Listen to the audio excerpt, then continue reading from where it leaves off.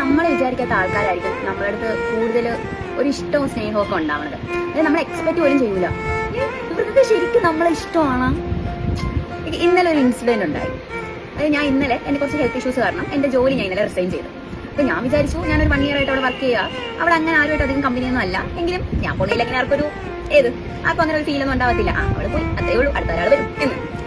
പക്ഷെ ഞാൻ ഇന്നലെ പോയതിന് ശേഷം ഇന്ന് എന്നെ കാണാത്തോണ്ടൊക്കെ 2-3 പേര് എനിക്ക് മെസ്സേജ് ഒക്കെ ഇട്ട് എന്ത് പറ്റി വന്നില്ലേ? അപ്പൊ ഞാൻ പറഞ്ഞില്ല, ഹെൽത്ത് ഇഷ്യൂസ് കാരണം ഞാൻ റിസൈൻ ചെയ്ത് എന്ന്. അപ്പം അവർ പറഞ്ഞേ ചുമ്മാ കുറെ കഴിഞ്ഞിട്ട് അവർ കരയൊക്കെ ചെയ്തു. ഞാനൊരു വ്യക്തി എന്ന് പറയുന്ന ഒരാളവിടെ ഇല്ലെങ്കിൽ കുഴപ്പമില്ല.